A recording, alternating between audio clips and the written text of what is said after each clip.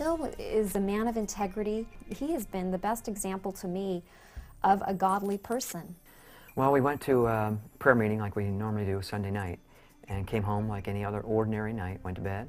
3:23, I awoke, and I found my husband in a state that I'd never, ever seen him in. I heard him scream out, pray for me, the Lord has taken me to hell." At 3 o'clock in the morning, I was picked up and taken by the Lord and dropped off in a prison cell in hell. It was rough-hewn stone walls with bars. I was awake and cognizant. It was not a dream. I knew I was actually in this place. My mouth was so dry, and I noticed the first thing was the tremendous heat. There's not enough air. This is how you have to breathe in hell. It's like, and I noticed there were these huge creatures in this cell, and they were just cursing God. Then they directed that hatred towards me, and they had absolutely no mercy. One picked me up and threw me into the wall. The other one grabbed me, picked me up. I just was like a little rag doll in its clutches.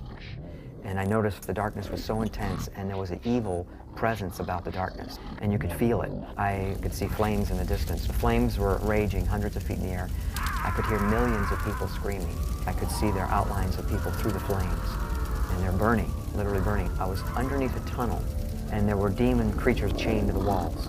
There were people falling one after another back down in the tunnel, and that's when I was just being lifted up, and that was the Lord lifting me out of that place. I was so grateful that He just rescued me out of hell. And I said, "Lord, why did you send me to this place?" And He said, "Because many people do not believe that hell exists. Even some of my own people do not believe hell is real.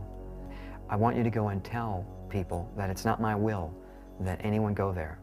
I'm a very conservative person by nature, so to be identified with something that's seemingly so wild as this, it's uncomfortable for me to really explain it. It gave me a much more of a fervency to witness. God's now given us this ministry together, which has been a blessing to see people commit their lives to the Lord.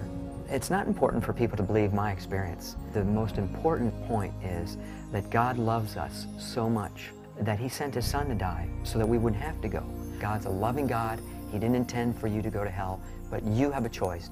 Choose life.